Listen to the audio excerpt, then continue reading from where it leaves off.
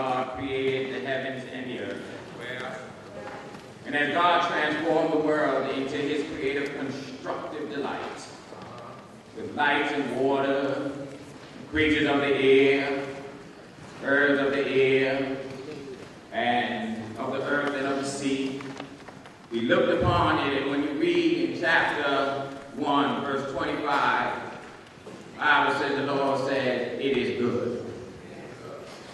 God's good creation, or creative creation, then spread to the formation of humanity, where he created man and woman in his own image, and gave them responsibility for each other.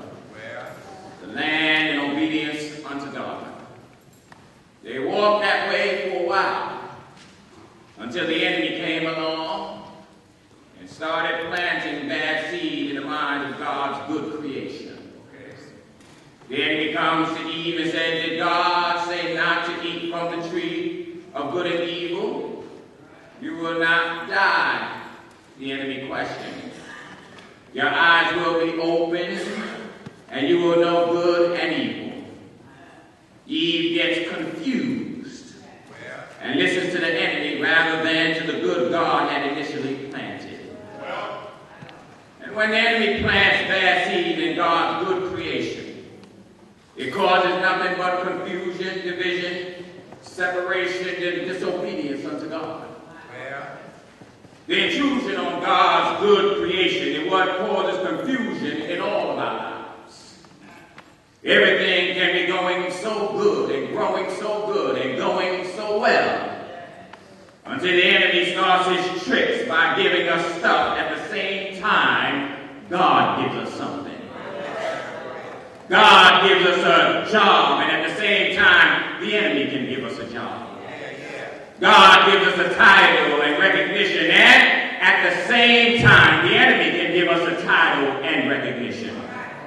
God gives us a potential mate, husband, wife, boyfriend, girlfriend, and at the same time, the enemy can give us a potential mate. And why we lean toward the enemy's blessing more than we do God's blessing sometimes is that the devil often plays match or I can top what God has given you. The job that the enemy gives can look much better than the job that God gives. The title, the recognition, the applause that God gives, the enemy gives, can look much bigger than the applause that God gives. The man or woman that the enemy gives can seem much more exciting and smarter and just the right type than what God is presenting to you. All of a sudden, you got the man of your dreams. After you, when you have all the right guys pursuing you or girls pursuing you, the devil will confuse people because he throws everything in the pot at the same time that God decided to bless you. Everything that looks good ain't good, you should know by now. Everything that sounds good ain't good, you should know that by now. The enemy is not going to tell you about the fatal consequences that comes with accepting his blessing until he's got you in your seemingly bigger and better offer.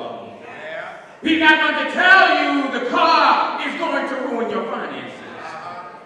He's not going to tell you that man or woman is going to cause you so much problems.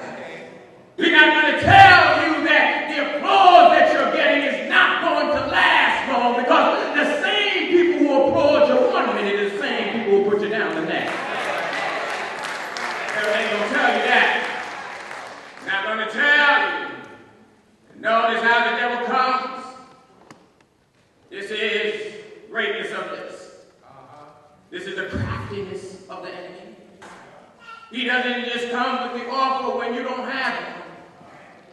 The enemy plans when God is about to do something in your life.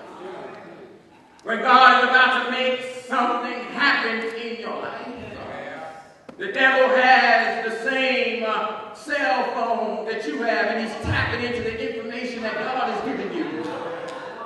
When the enemy taps into the information that God's giving you, and he hears that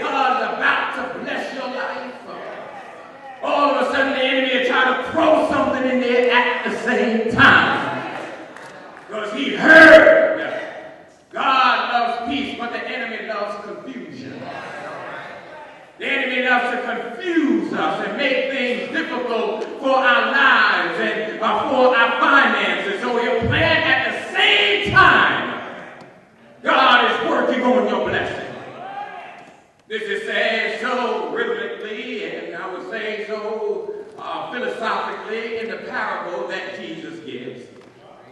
The parable that Jesus gives when he's talking to the disciples, when he's talking about the kingdom of heaven.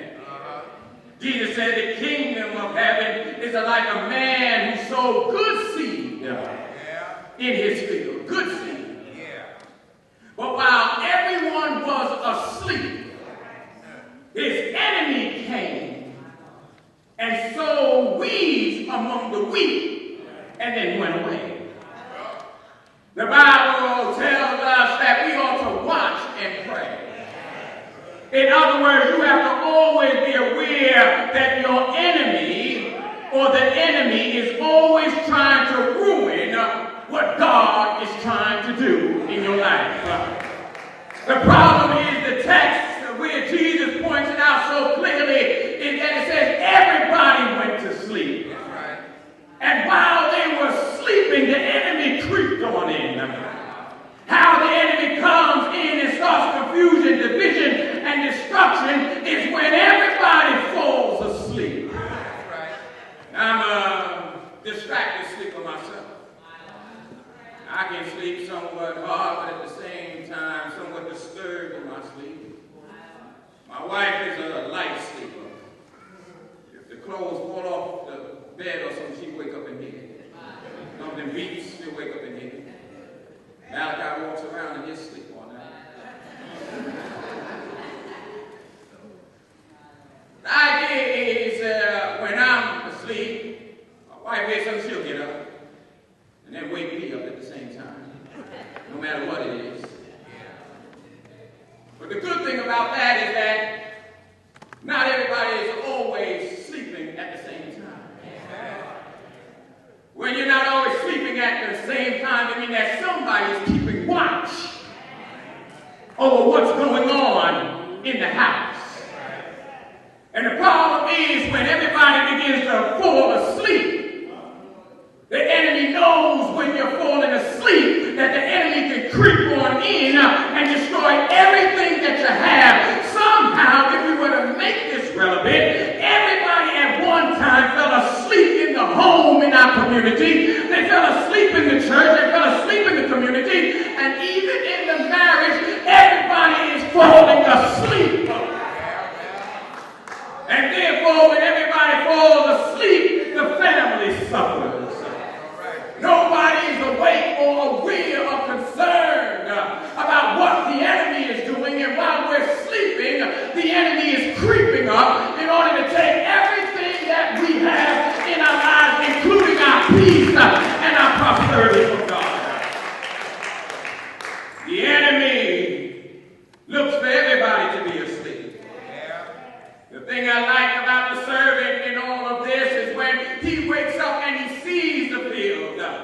And he starts to pluck and he notices, wait a minute, not only is wheat growing, but there are weeds growing too. And he says, somebody did this.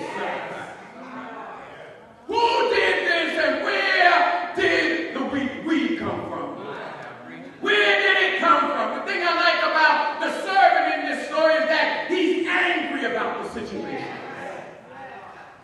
He's angry because he knows that God started a good thing. God created a good thing. The family was good. The creation of God, of humanity, was good. God looked at it and said it's good, but somehow the enemy came in and started destroying everything that God had done. I don't think we get angry enough these days. Somehow we become complacent. I will use the better word, apathetic to what's going on around us. We've sort of gotten used to children dying. We think about it for a day and then we think about it no more, unless it's our own. Somehow we become complacent in the schemes of the enemy. Almost permit it and saying it's okay.